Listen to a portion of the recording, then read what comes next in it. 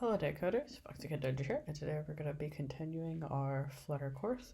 Today we're going to be looking at some positioning widgets so that we can make a bit more of a UI. So now over here we have our hello world, but it's up in a corner. So we can fix this very simply. We can replace the text widget with a center widget. However, center needs a child. So we put in the child parameter and that's expecting a widget. This widget we're going to give is our text widget, and we will just give our hello world again. So now we save that. Right in the middle we have hello world. So now let's say we want to add in another widget now. We're going to add another text widget just for fun. Hey YouTube. We're getting this error over here. It says too many positional arguments, you're expected but one found.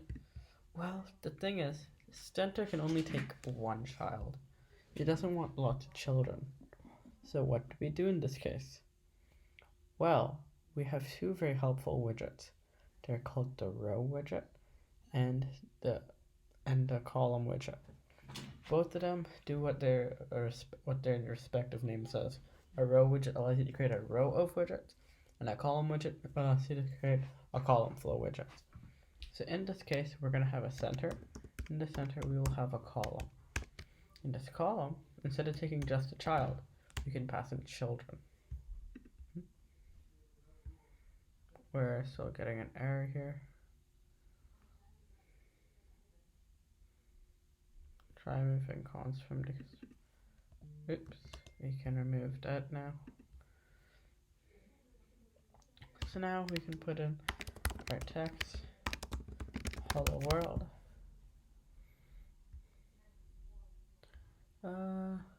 We can ignore these squiggly lines for now.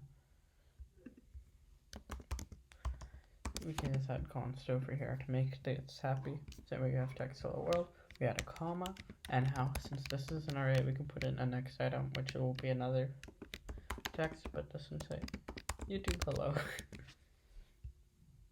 And it went off screen. Why is that? Well, a column tries to take up all the room available on the screen.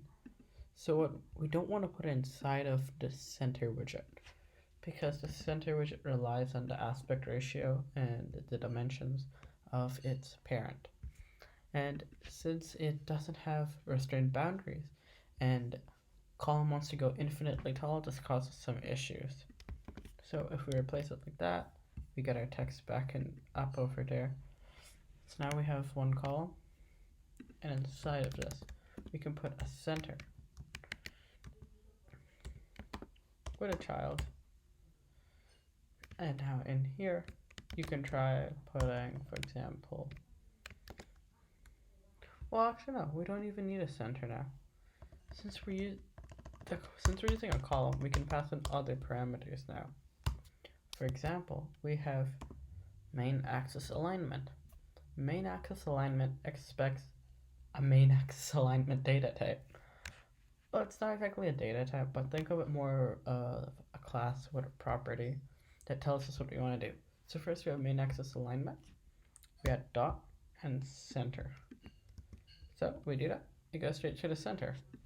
But what if we want to center it into the middle for as well, like not just from top and bottom, but from left and right. And we do a cross-axis alignment. We do it expects, as you guessed, a cross-axis alignment dot center. And it's not working. You may wonder why. So here's what we can do.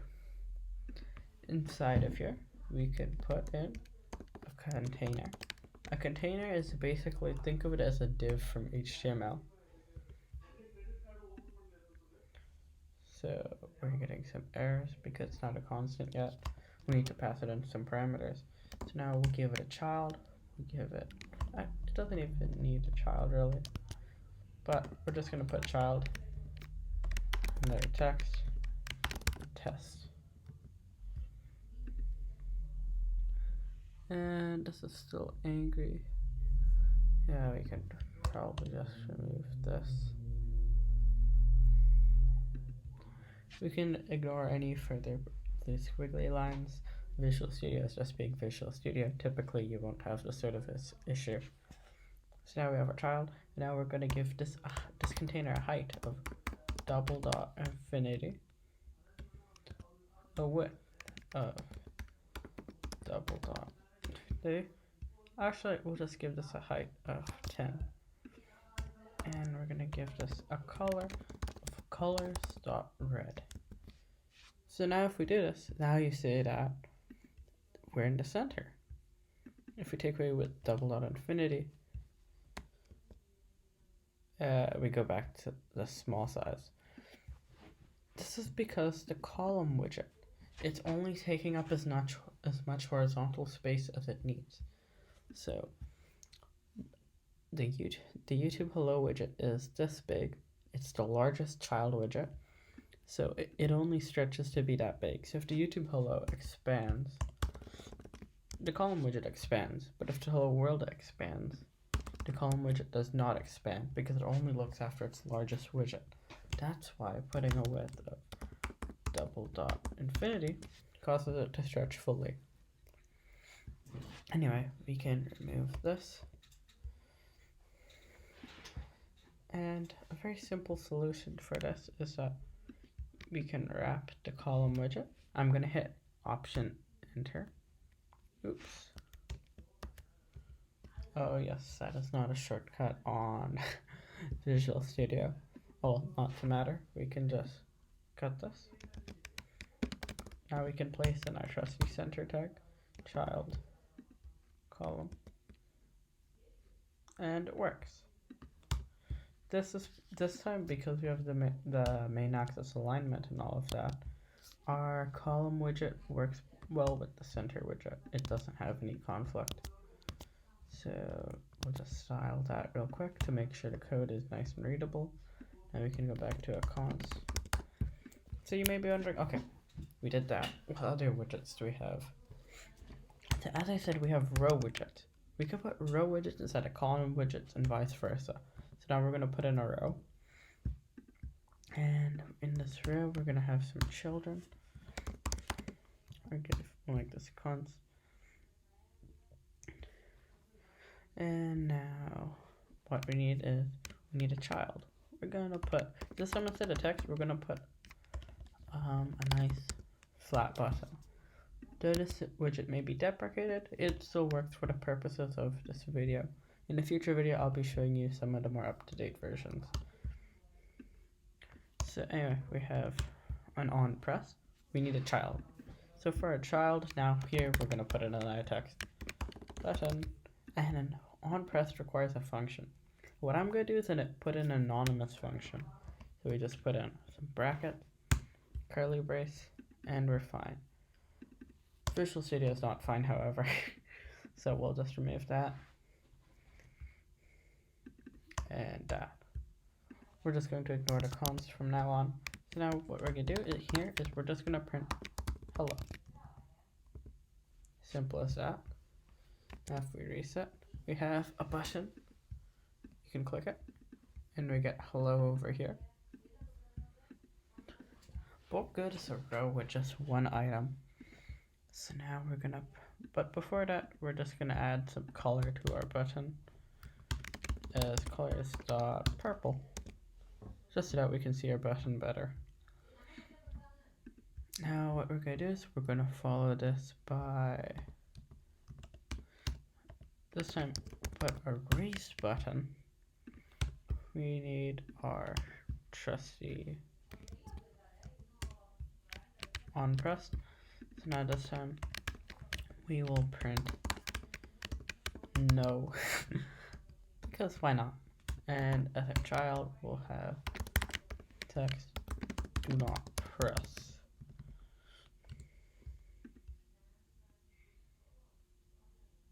Back to define the comma, put that there, and we'll put color to colors dot, let's see, a nice cyan, I guess. Do not press. Now we're getting the snow out. And see, because we put it in a row widget, they're coming side by side. And just like we did with the column widget, we can give this a main axis alignment. So this one will be a main axis alignment dot space between. So it fills as much space between the buttons as it can. Or to make things actually look nice, space evenly. That one looks nice.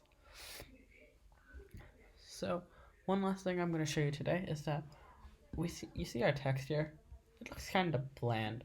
Let's add some basic styling onto this. So we add a comma. We're going to add in a parameter. This is called style, and it's requesting a text style. You put in a text style. Now we can modify all sorts of properties. So for example, we can do font size. Let's put this one as 24 pixels, and we can put font weight, and it's expecting a font weight. We'll do font weight dot bold.